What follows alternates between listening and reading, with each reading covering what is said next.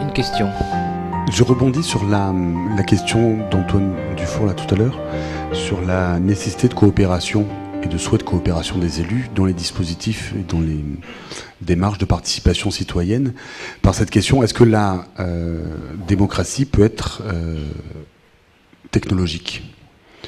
C'est-à-dire, est-ce qu'on peut se saisir et continuer à utiliser les potentiels de coopération que nous proposent les outils techniques ? Ce qu'on fait depuis une quinzaine d'années à partir des espaces publics numériques, c'est-à-dire qu'on travaille beaucoup dans les logiques d'usage en se disant les outils ont des potentiels extrêmement intéressants d'expression, de communication, voire de coopération, de collaboration, de mise en réseau, etc., etc. Mais est-ce que ça suffit aujourd'hui pour rentrer dans une logique et dans une évolution, dans une transformation des dispositifs démocratiques ? Et je prendrai deux réflexions par rapport à ça. D'un coup, on dit que les révolutions de printemps sont des révolutions de l'Internet.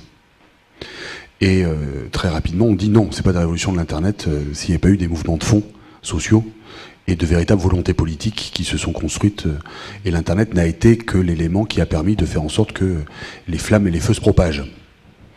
Et l'autre élément, je revenais sur l'expérience de Brest tout à l'heure, je posais la deuxième question à Frédéric, que j'avais le sentiment que l'expérience fonctionne aussi à Brest depuis 1997, parce que la mairie et la ville de Brest jouent un autre rôle que simplement vis-à-vis des associations, du tissu associatif et des citoyens, qu'un rôle technique de ville, comme on voit souvent les institutions, et qu'un rôle de donneur de subventions aux associations, comme on voit aussi souvent les institutions. Et qu'elle, elle rejoue vraisemblablement son rôle politique du faire vivre ensemble. Donc entre ces deux logiques, c'est-à-dire une démocratie technique et le faire vivre ensemble d'une institution, du rôle d'une institution, dans le fond, comment est-ce que, Denis ou Armelle, vous saisissez-vous des enjeux au-delà des potentiels des outils pour la construction démocratique ? J'ai envie de dire souvent que s'il y a un seul mérite à l'émergence de l'Internet, c'est sa dimension, son caractère de métaphore. Et en fait, c'est un révélateur de capacités et de situations qui nous amènent à réinventer finalement des processus. Donc en soi, en effet, cet outil technique n'a pas grand intérêt au-delà du fait de considérer qu'on a une capacité, l'individu, l'être humain a une capacité réticulaire, enfin de réseau, d'échange d'informations qui est extrêmement puissante. Mais je veux dire, ça existait avant l'Internet, simplement ça permet de démultiplier et d'inciter les gens à s'ouvrir, quoi, à aller voir à l'extérieur. Avant, je veux dire, la plupart des personnes ne dépassaient pas 40 km² de leur univers de vie, et c'est encore le cas de beaucoup de monde sur la Terre, mais la différence c'est qu'en effet on peut aller voir beaucoup plus loin. Donc, moi je dirais hybridation à tous les étages, hein, c'est-à-dire ce qu'on a essayé d'initier justement dans les différents champs, c'est expérimentaux là, des différents terrains, c'est à quel moment on relie toujours ça en effet au territoire, à des lieux, à des espaces de rencontre. Et un point important quand même sur lequel on n'a pas insisté, qui est la démarche design. C'est finalement le talent du designer, c'est aussi de savoir mettre en forme et de prendre en compte tout un contexte et de rendre finalement ces processus qui peuvent paraître assez abstraits, de les rendre beaucoup plus concrets pour que finalement tout citoyen ait différents points d'accroche pour rentrer dans cette participation. Oui, juste, évidemment, merci Denis de te faire l'avocat du design. Et en effet, la conception des outils et des technologies est extrêmement importante pour avoir des expérimentations qui fonctionnent.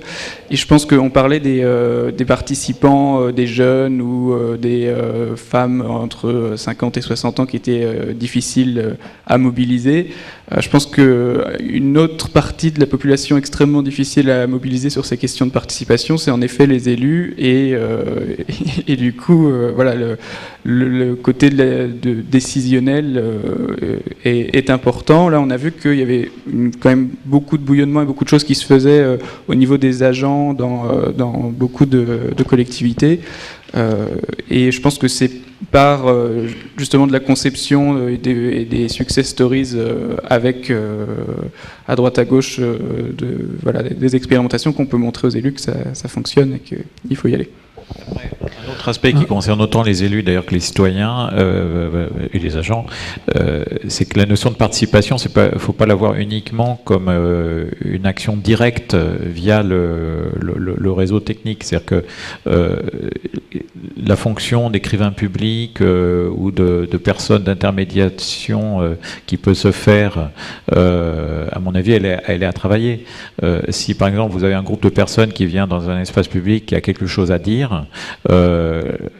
bon, une réponse, ça peut être de leur proposer d'utiliser des moyens techniques, mais c'est pas obligatoire. Faut avoir on a le droit aussi à la non-connexion. Et donc, si ces personnes souhaitent s'exprimer, qu'il y ait quelqu'un qui se fasse le scribe de cette expression, quelqu'un qui maîtrise ces outils-là, c'est tout à fait entendable. Et il faut, je pense, penser ces mécanismes d'intermédiation. En plus, au passage, ça crée des métiers. Hein. C'est pas bête. On a vu là récemment un projet dans le domaine de la santé où il y a un nouveau métier d'assistant de télémédecine. Bon, là c'est très concrètement quelqu'un qui doit connaître les outils, qui doit connaître aussi la médecine, qui doit savoir dialoguer à la fois avec le patient et le médecin. On pourrait avoir tout à fait des assistants de téléparticipation, si je reprends le terme. On a fini le débat. J'ai une question quand même pour reprendre oui. un peu la question de Manu. Et si on revient à la question initiale, quelle est la contribution d'Éric à la démocratie participative? C'est-à-dire qu'au-delà des lieux, des outils tels que vous avez exprimés, jusqu'où les citoyens, au sein d'un espace public numérique, peuvent-ils aller dans l'expression et comment le lieu contribue-t-il à l'expression